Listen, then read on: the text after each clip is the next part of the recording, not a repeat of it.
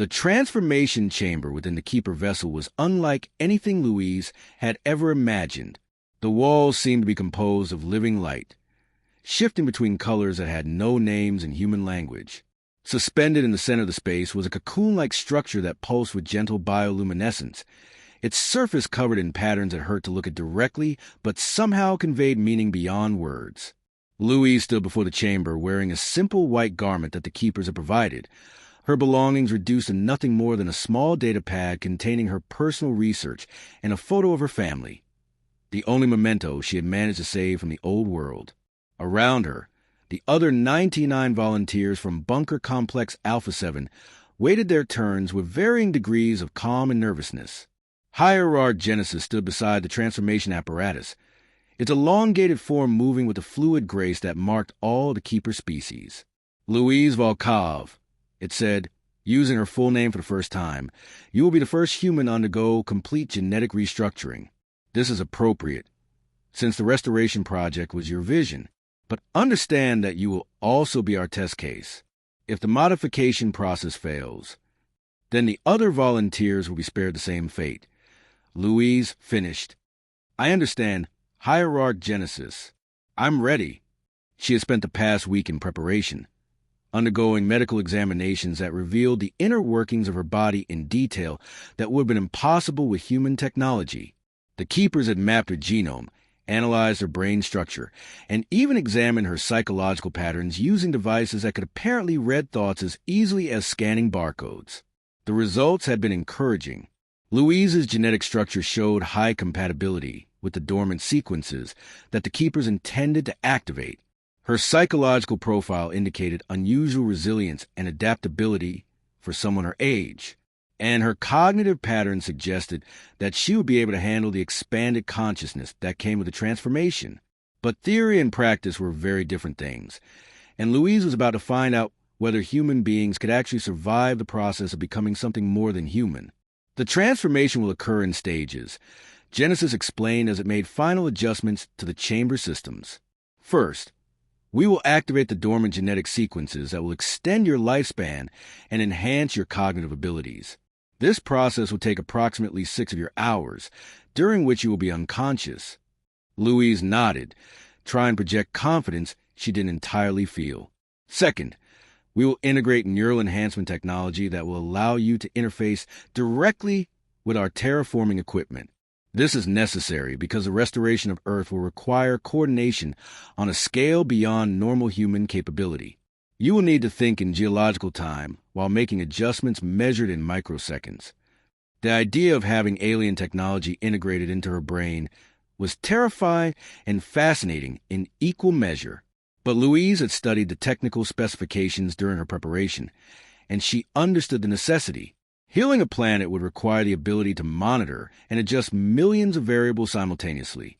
Finally, we will enhance your sensory systems to allow perception across the full electromagnetic spectrum. You will be able to see radiation patterns, magnetic fields, and energy flows that are currently invisible to human senses. This will be essential for monitoring the restoration progress. Louise stepped toward the transformation chamber, pausing only to look back at the other volunteers. If this works, she said, I'll see you all on the other side. And if it doesn't, make sure you finish what we started. Dr. Chun, who had volunteered despite being twice Louise's age, nodded solemnly. We will, Louise. The project will continue regardless of what happens to any individual volunteer. Louise smiled and entered the chamber. The bioluminescent walls immediately began responding to her presence, their patterns shifting to accommodate her specific genetic signature. As she settled into the center of the space, tendrils of what appeared to be liquid light began extending from the walls toward her body. Sleep now, young healer, Genesis said, its voice already seeming to come from very far away. When you wake, you'll see the world with new eyes. The transformation began with a sensation like warm honey flowing through her veins. Louise felt her consciousness expanding and contracting in waves, as if her mind was being stretched and compressed by forces beyond her understanding. Images flashed through her awareness. Complex molecular diagrams, planetary climate models, the deep mathematical structures that govern atmospheric dynamics. Time became meaningless. She experienced moments of crystalline clarity in which she could perceive the entire Earth as a single living system, followed by periods of confusion in which her thoughts scattered like leaves in a hurricane.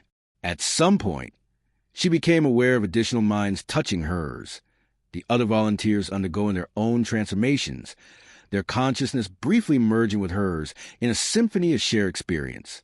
When awareness finally returned fully, Louise found herself lying in a recovery chamber that looked remarkably similar to the medical facilities in the bunker, though built to alien proportions.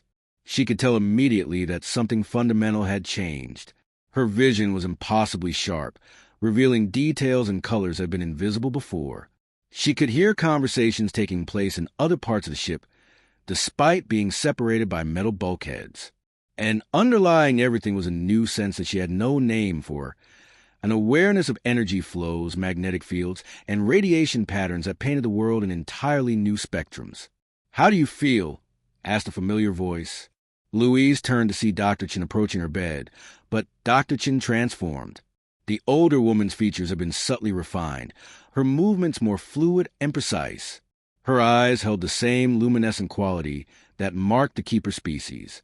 "Different," Louise said, surprised by the harmonic overtones in her own voice. "Very different, but also right. Like this is what I was supposed to be all along." She sat up, marveling at the ease of movement and the complete absence of fatigue despite having been unconscious for what felt like days. "How long was I under? And how many of the others?" 18 hours for you, and all 99 volunteers from our bunker have successfully completed the transformation," Dr. Chen replied with obvious relief. "The global success rate is 97%. We lost 63 people during the process, but over 1,900 humans have been successfully modified." The loss of life was sobering, but Louise had expected worse. Any medical procedure capable of rewriting someone's genetic code and integrating alien technology would carry enormous risks. "What about the restoration project?" Louise asked, standing and walking to the chamber's observation window. Outside, she could see the scarred landscape of Earth, but her enhanced vision revealed far more than human eyes could detect. She could see the energy signatures of the atmospheric processors that had been deployed around the globe, could track the movement of the bioremediation organisms that were already beginning their work in the poisoned soil. "It's remarkable," Dr. Chen said, joining her at the window. "The atmospheric processors have reduced surface radiation by 12% in just the past week. The biological filters are breaking down toxic compounds faster than our most optimistic projections. And the climate manipulation systems have actually stabilized the weather patterns for the first time since the Cascade failures began." Louise extended her new senses, feeling for the planetary energy flows that had been invisible to her human perception. What she found was extraordinary.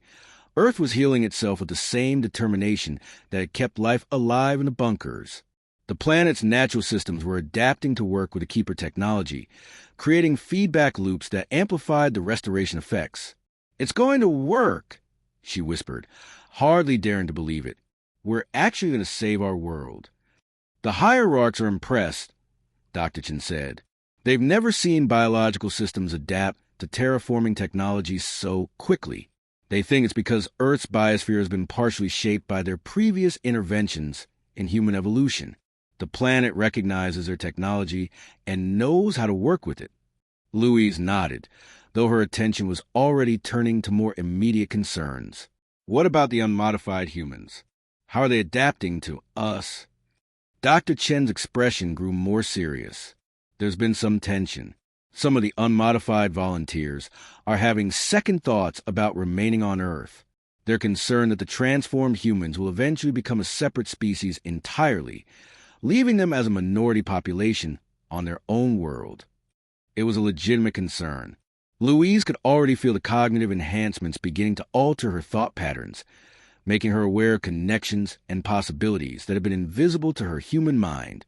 Give her a few decades of this expanded consciousness, and she might have difficulty relating to unmodified humans at all. "We'll need to address that," Louise said. "The restoration project only works if all of humanity feels invested in its success. We can't afford to create a division between the transformed and the unmodified. She turned away from the window, her enhanced mind already beginning to formulate solutions. Dr. Chun, can you schedule a communication session with all the bunker complexes? It's time for the transformed volunteers to speak directly to their former communities. We need to reassure them that we're still human in the ways that matter. As Dr. Chin moved to arrange the communication session, Louise found herself facing the first real test of her transformation. Could she retain her essential humanity while wielding capabilities that transcended human limitations? Could she help heal the Earth without losing touch with the species she was working to save? The answers would determine not just the success of the restoration project, but the future relationship between humanity's transformed and unmodified populations.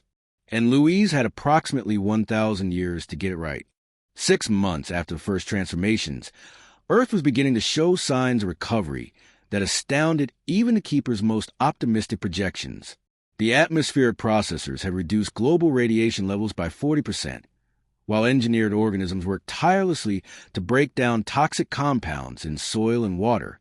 Most remarkably, the planet's weather patterns had stabilized for the first time since the Cascade failures, suggesting that the climate system was adapting to work in harmony with the restoration technology.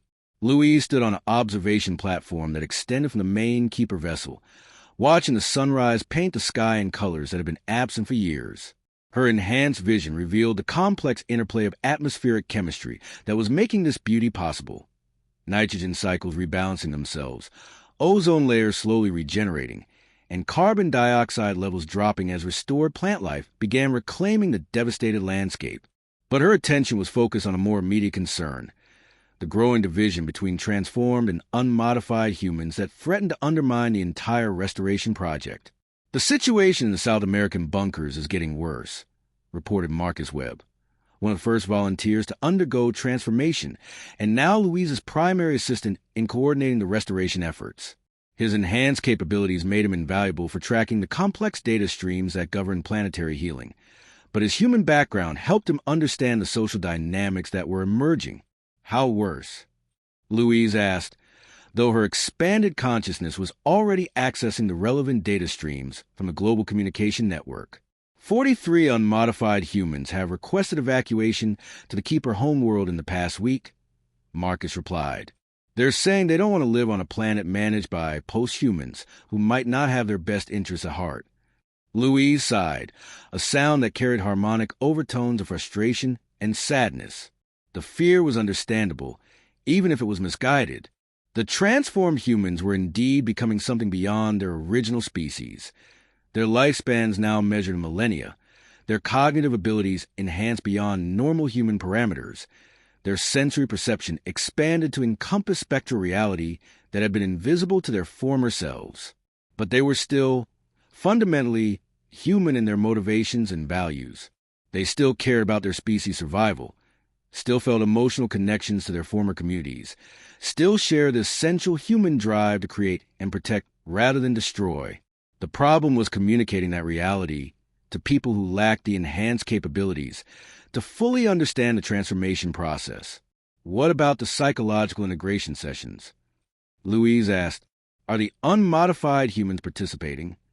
"About 60% attendance," Marcus replied. "But even the ones who come seem skeptical. They see us as we are now, essentially immortal beings with capabilities they can't comprehend, and they have trouble believing we're still the same people they knew before." Louise extended her consciousness into the global data network, reviewing reports from restoration sites around the world. The transformed humans were working with incredible efficiency, their enhanced minds able to coordinate complex terraforming operations across multiple continents simultaneously. Atmospheric processors were being fine-tuned in real time based on microscopic changes in air composition. Biological restoration programs were being adapted hour by hour as soil conditions shifted. Ocean cleanup efforts were proceeding ahead of schedule as the transformed coordinators learned to anticipate and compensate for tidal patterns and current variations. The project was succeeding beyond anyone's wildest dreams. But its success was creating a problem that Louise hadn't fully anticipated: the emergence of a species gap that could ultimately split humanity into two separate evolutionary paths. Marcus, she said, I want you to coordinate with Dr. Petrov in Moscow and Dr. Martinez in South America. We need to establish integration protocols that will help bridge the gap between transformed and unmodified populations. What kind of protocols? Marcus asked. Louise was quiet for several moments, her enhanced mind processing thousands of possible approaches simultaneously. Finally, she turned to face him, her luminescent eyes reflecting the dawn light in patterns that were beautiful and slightly unsettling. We need to create meaningful roles for unmodified humans in the restoration project, she said. Right now, they feel like passengers on their own world. We need to make them partners. Over the following weeks, Louise and her fellow transformed humans implemented a comprehensive integration program that fundamentally changed the nature of the restoration project. Instead of relying solely on their enhanced capabilities, they began developing technologies and procedures that could be operated by unmodified humans. Simplified atmospheric monitoring stations were established at every bunker complex, giving local populations direct involvement in tracking their region's recovery progress. Biological restoration techniques were adapted to human-scale operations, allowing unmodified volunteers to participate in reforestation and ecosystem reconstruction efforts. Most importantly, decision-making protocols were established that required input from both transformed and unmodified human representatives before major restoration policies could be implemented. The changes weren't without their challenges. The simplified systems were less efficient than the direct neural interfaces that the transformed humans could use. The consultation processes slowed down decision-making in situations where rapid response was critical, and the educational requirements for training unmodified humans to operate terraforming technology stretched the project's resources. But the benefits became apparent within weeks. Unmodified humans began reporting a sense of ownership and investment in the restoration project that had been missing before.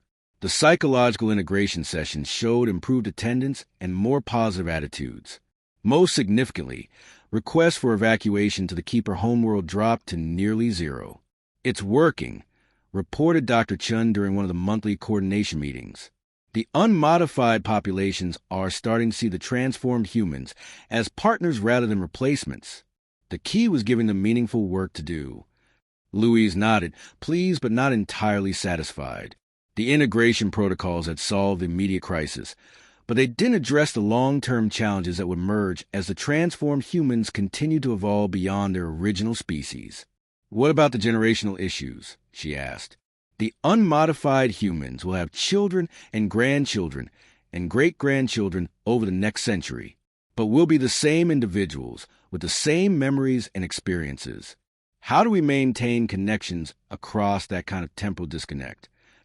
It was Hierarch Genesis who provided the answer, speaking through the communication system that linked all the restoration sites. Young healer, you are thinking about this problem from a single species perspective, but you are no longer a single species. You are becoming something new, a symbiotic civilization in which transformed and unmodified humans fill complementary roles. The Hierarch's words carried visual representations that helped illustrate the concept. The transformed humans will serve as continuity guardians, maintaining long-term perspective and institutional memory across generations. The unmodified humans will serve as renewal engines, bringing fresh perspectives and creative approaches that prevent stagnation. Louise found the concept intellectually appealing, but emotionally challenging. Hierarch Genesis. That model assumes that we'll maintain separate reproductive populations. Are you suggesting that transformed and unmodified humans won't be able to have children together? Not immediately, Genesis replied. The genetic modifications that enable your extended lifespans and enhanced capabilities also alter your reproductive biology. However, our biotechnology is capable of enabling genetic compatibility when desired. Children born to mixed partnerships could be offered the choice of transformation upon reaching maturity. The implications were staggering. Humanity wasn't just being saved. It was being given opportunity to consciously direct its own evolution, choosing which capabilities to enhance and which aspect of human nature to preserve. But the conversation was interrupted by an urgent communication from the global monitoring network. Marcus's enhanced consciousness immediately interfaced with the data stream, his expression shifting to alarm. "Louise, we have a problem," he said. "One of the atmospheric processors in the Pacific region is showing anomalous readings. The atmospheric chemistry in that area is changing in ways that don't match our projections." Louise extended her consciousness into the monitoring network, analyzing the data flows that Marcus had identified. What she found was deeply concerning. The atmospheric processor was indeed operating outside parameters, but not because of equipment failure. Something was actively interfering with its operation, something that was manipulating the local atmospheric chemistry faster than the processor could compensate.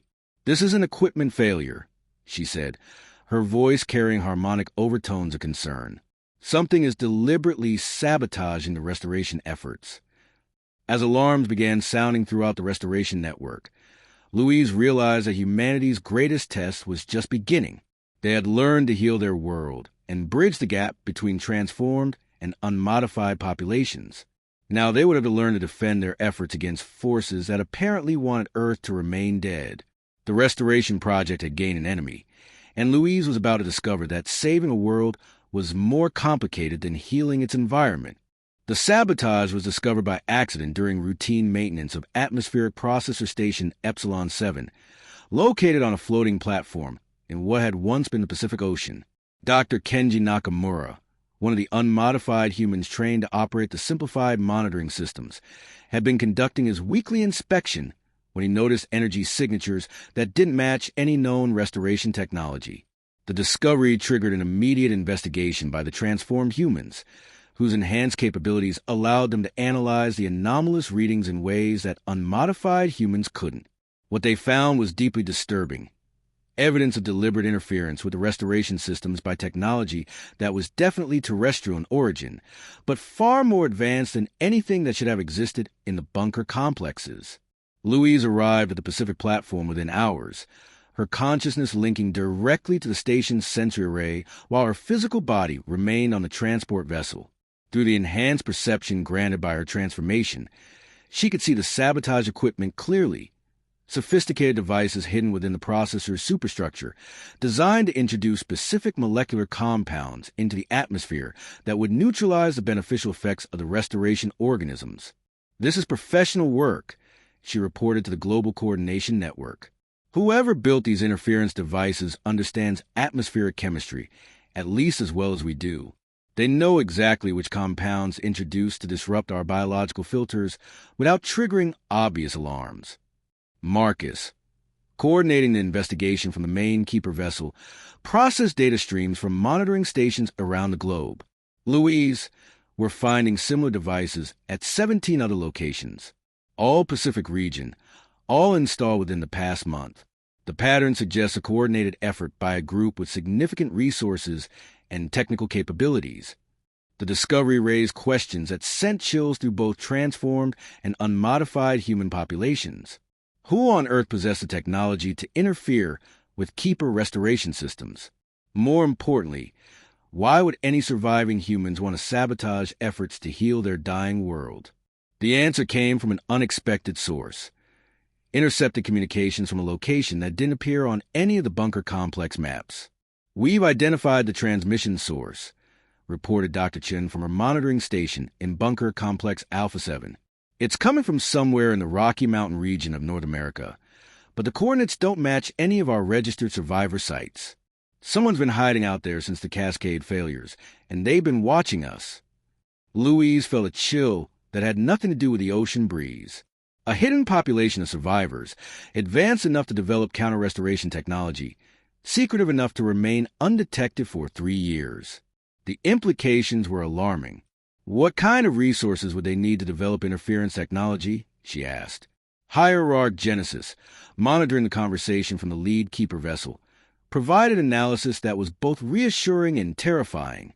"The devices you've discovered are impressive, but they represent adaptation of existing human technology rather than true innovation. A sufficiently equipped research facility with a small team of specialists could develop such systems given adequate time and motivation. But why?" Louise asked. Why would anyone want to prevent Earth's restoration? The answer came 12 hours later, in the form of a direct communication transmitted on frequencies that only the enhanced humans could detect.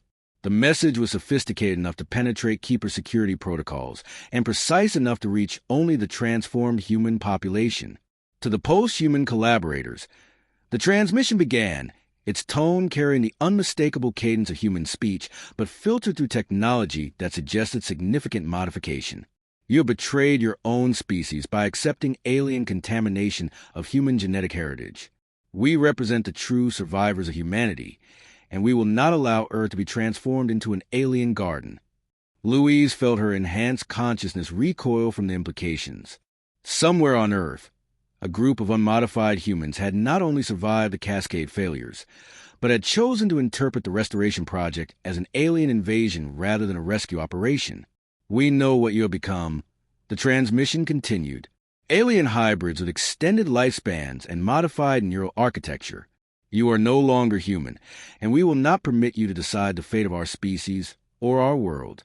Earth will heal itself naturally, or it will remain dead, but it will not be subjected to alien terraforming that serves the interests of your new masters. The message included technical specifications that demonstrated how the sabotage devices worked, along with chilling promise.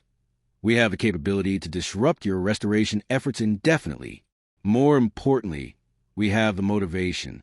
We survived the end of the world without alien assistance, and we will ensure that humanity's future remains truly human. Louise found herself facing a crisis that she had never anticipated. The Restoration Project had united the bunker populations around a common goal, had successfully bridged the gap between transformed and unmodified humans, and had begun healing Earth faster than anyone had dare hope.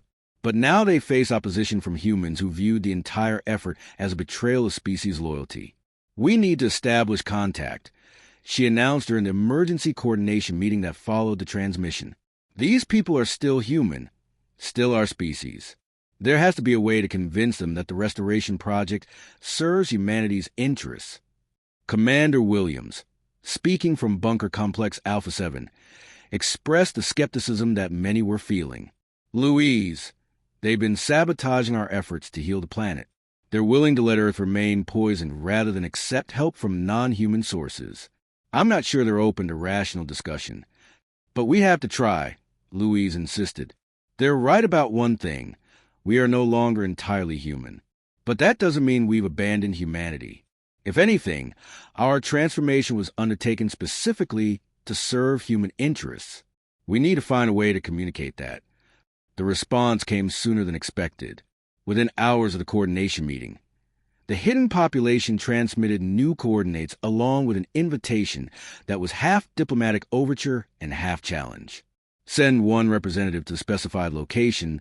The message read, unarmed, unescorted, and prepare to defend your choices. We will hear your arguments for why humanity should trust alien benefactors and accept genetic contamination as the price of survival. But understand that you will be judged by humans who have preserved their genetic integrity despite facing the same challenges you claim required alien intervention. Louise volunteered immediately over the objections of virtually everyone in the Restoration Project. I started this, she said simply. If it's going to continue, I need to face the people who oppose it and find out whether we can coexist on the same world. As she prepared for what might be the most important negotiation in human history, Louise reflected on the strange turns that had brought her to this point. 6 months ago, she had been a child in a bunker, dreaming of saving the world. Now she was a post-human hybrid with capabilities beyond imagination, preparing to argue for the future of her species with people who viewed her as a traitor to everything human. The meeting would determine whether Earth could host two different visions of humanity's future, or whether the Restoration Project would become the first front in a war between humanity's past and its possible future. Louise had 3 days to figure out how to prevent that war from starting. The coordinates led Louise to a complex hidden within the Rockies that was far more sophisticated than any of the registered bunker facilities. As her transport approached the designated landing site, her enhanced vision revealed defensive systems that had been carved directly into mountain face, weapon emplacements that could have easily destroyed her vehicle sensor arrays that tracked her approach with technological precision that rivaled keeper engineering. These weren't simple survivors hiding in caves. This was a military installation that had been prepared well before the Cascade failures, designed to remain hidden and self-sufficient through exactly the kind of catastrophe that had devastated the rest of human civilization. Louise's transport settled onto a landing pad that emerged from what had appeared to be solid rock, revealing engineering capabilities that surprised even her enhanced consciousness. As she disembarked, wearing simple clothes and carrying no technology more advanced than a basic communication device, she found herself facing three individuals who represented everything she had expected and nothing she had prepared for. They were clearly human, but human perfected through generations of careful genetic selection rather than alien intervention. Their physical form showed optimization for strength, intelligence, and longevity that approached their own enhanced capabilities, but achieved through purely terrestrial techniques. They moved with military precision, but their eyes held intelligence that suggested scientific rather than purely martial training. "Louise Volkov," said the apparent leader, a woman who appeared to be in her 40s, but whose movement suggested the kind of conditioning that could only come from decades of preparation. "Or should we address you by whatever designation your alien masters have assigned you?" "Louise is fine," she replied, studying the three figures with her enhanced perception. What she found was disturbing. These humans showed genetic modifications that were more extensive than anything in the bunker populations, but modifications that enhanced traditional human capabilities rather than introducing alien characteristics. "I am Director Sarah Harrison," the woman continued. "These are Dr. Michael Chun and Colonel James Murphy. We represent the Genetic Preservation Initiative, established in 2019 to ensure that pure human stock would survive the coming catastrophe." The implications were staggering. "You knew," Louise said. "You knew the Cascade failures were coming, and you prepared for them." "We knew that civilization was unsustainable," Harrison replied. "The environmental degradation, the genetic pollution from medical interventions, the reliance on technology that made humanity weak and dependent. The specific form of the catastrophe was less important than the fact that collapse was inevitable." She gestured for Louise to follow as they walked deeper into the mountain complex. The corridors were spacious and well-lit, showing technological sophistication that explained how a small population could develop counter-restoration systems. The Genetic Preservation Initiative was founded by individuals who understood that humanity's future required a return to genetic purity and technological self-reliance. "We spent decades preparing for collapse, selecting individuals with optimal genetic profiles, and developing the infrastructure necessary to maintain civilization to the transition period." Louise felt her enhanced mind processing the information with growing unease. "How many people?" "Approximately 2,000 individuals across 7 facilities on 4 continents," Harrison replied. "Each facility is completely self-sufficient and genetically isolated to prevent contamination. We represent the largest surviving population of pure humans on Earth." They entered a vast chamber that served as the complex's central coordination center. Screens displayed global environmental data that matched the restoration project's monitoring systems, but organized according to different priorities. Where Louise's systems tracked atmospheric healing and biological recovery, these displays focus on genetic integrity and technological independence. "This is impressive," Louise admitted, "but I don't understand why you're sabotaging the restoration efforts. Even if you prefer technological self-reliance, wouldn't you benefit from a healed planet?" Dr. Chun, a tall man whose precise movement suggested both scientific training and military discipline, stepped forward. "Because your restoration isn't healing Earth.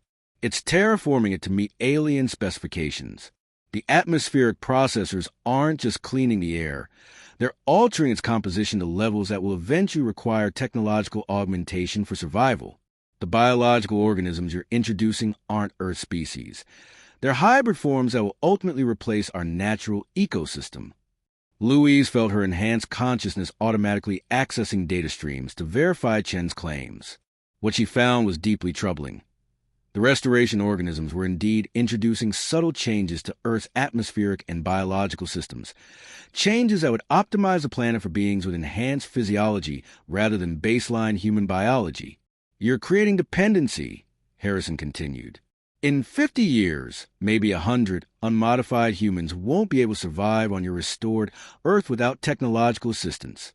You're forcing the choice between genetic modification and gradual extinction.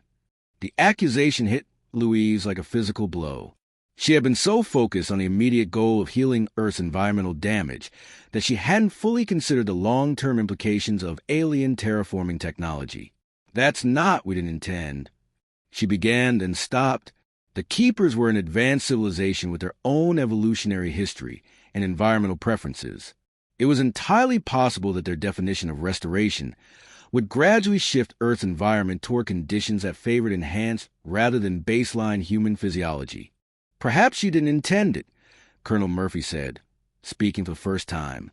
His voice carried the authority of someone accustomed to making life-and-death decisions. But intent is irrelevant when the result is the same.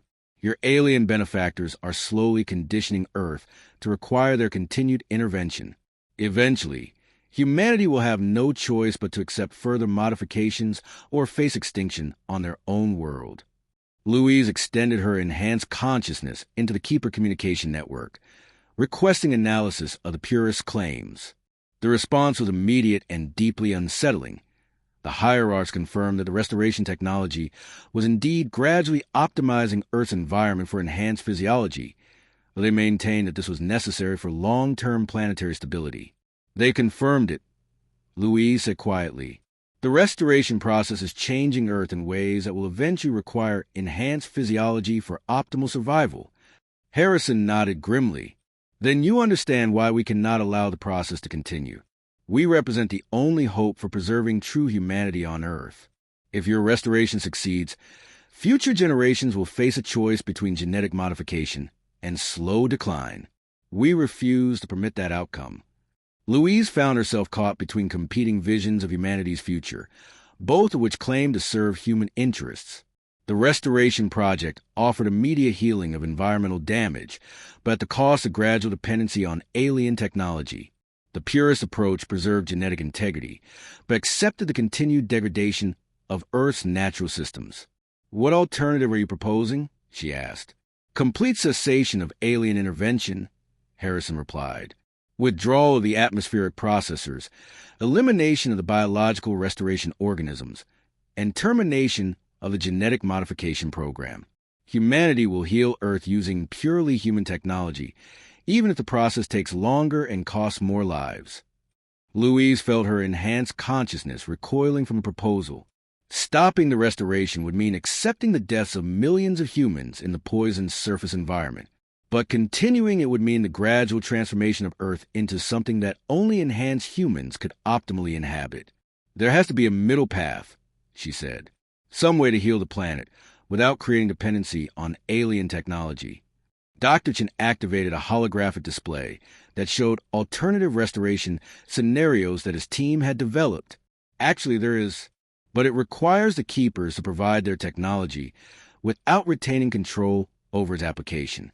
Transfer of atmospheric processing technology to human control, genetic templates for restoration organisms modified to preserve Earth's original biological parameters, and most importantly, full disclosure of the long-term environmental effects of all restoration interventions. Louise studied the scenarios with growing excitement. The Purist proposals would indeed achieve planetary healing while preserving human independence, but they would require the Keepers to give up control over technologies that they had developed over millennia. The hierarchs will never agree to complete technology transfer, she said. Their intervention protocols are based on maintaining oversight of terraforming operations. Then they don't truly want to help humanity, Harrison replied. They want to create a dependent client species that will serve their interests while believing they're being helped. Louise felt the weight of impossible choices settling onto her shoulders. She had come here hoping to convince the Purists to support the Restoration Project. Instead, she was beginning to question whether the project itself was truly serving human interests. I need to discuss this with the other transformed humans, she said. And with the hierarchs, what you're proposing would fundamentally change the nature of the Restoration Project. You have 72 hours, Colonel Murphy said. After that, we resume active interference with the restoration systems. We won't allow Earth to be transformed into an alien world, regardless of the immediate benefits. As Louise prepared to return to the restoration fleet, she realized that the next 3 days would determine not just the future of Earth, but the future relationship between humanity and its alleged creators. The purists had raised questions that couldn't be ignored, and the answers would decide whether the restoration project continued as planned or evolved into something unprecedented, a true partnership between human and alien civilizations. But first, she had convinced beings who had guided the development of consciousness across the galaxy that they might be wrong about what was best for humanity. 1 year later, Louise stood on the observation deck of the Joint Human Keeper research station that orbited Earth, watching the sunrise illuminate a world that was healing according to principles that neither species had originally envisioned. The solution that had emerged from the crisis had been more radical than anyone had anticipated, but also more hopeful than anyone had dared imagine. The negotiations that followed Louise's meeting with the purists had lasted for months and had fundamentally changed the nature of human-keeper relations. The hierarchs had been forced to acknowledge that their standard terraforming protocols would indeed create long-term dependency, while the purists had been forced to admit that purely human technology couldn't heal planetary damage on the scale required. The compromise that emerged became known as the New Covenant, an agreement that established principles for planetary restoration that served the interests of both species, while preserving human autonomy. The Keepers provided their technology, but under human direction, and with complete transparency about long-term effects. Humans accepted genetic enhancement, but only for volunteers, and with the understanding that enhanced and unmodified populations would coexist indefinitely. Most importantly, Earth's restoration proceeded according to parameters that preserved the planet's natural biological systems, while providing the healing necessary to support human civilization. The results exceeded everyone's expectations. Earth's atmosphere had been cleansed of radiation and toxins, while maintaining composition levels that supported unmodified human physiology. The biological restoration systems had reintroduced native species, while creating new ecosystems that were more resilient to future environmental threats. The climate had stabilized around patterns that resembled pre-catastrophe conditions, but with built-in adaptations that would prevent similar cascade failures. Louise's enhanced consciousness monitored the planetary healing with satisfaction, but her attention was focused on more immediate concerns. Below, the first generation of children born after the restoration had begun were starting to show the effects of growing up in a healed world. They were healthier, more intelligent, and more adaptable than previous generations, but they remained fully human in all the ways that mattered. The integration models are exceeding projections, reported Marcus, who had chosen to remain in orbit to coordinate the ongoing restoration efforts. Enhanced and unmodified populations are collaborating more effectively than we predicted. The purist communities have even begun accepting some restoration technologies. Louise nodded, pleased but not surprised. The New Covenant had created space for multiple visions of humanity's future to coexist, rather than forcing a single evolutionary path. Enhanced humans served as planetary guardians and long-term planners, while unmodified humans provided the cultural flexibility and creative innovation that prevented stagnation. What about the next phase? She asked. Marcus consulted data streams that showed restoration progress across the solar system. The hierarchs have approved the Mars Healing Project. If we can prove that the New Covenant model works for terraforming previously uninhabitable worlds, they're prepared to expand the partnership to other human settlements.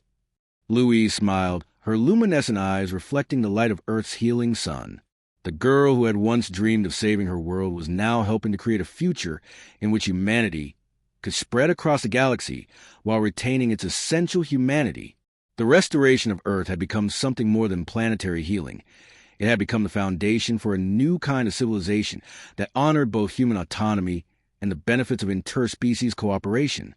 The challenges ahead would be enormous. But for the first time since the Cascade failures began, humanity faced the future with hope rather than fear. Earth was healing, humanity was growing, and the galaxy itself was becoming a place where different forms of consciousness could work together to create something greater than either could achieve alone. Louise had kept her promise. She had saved the world. But more importantly, she had helped her species learn to save itself. And that, she realized, was the most human achievement of all.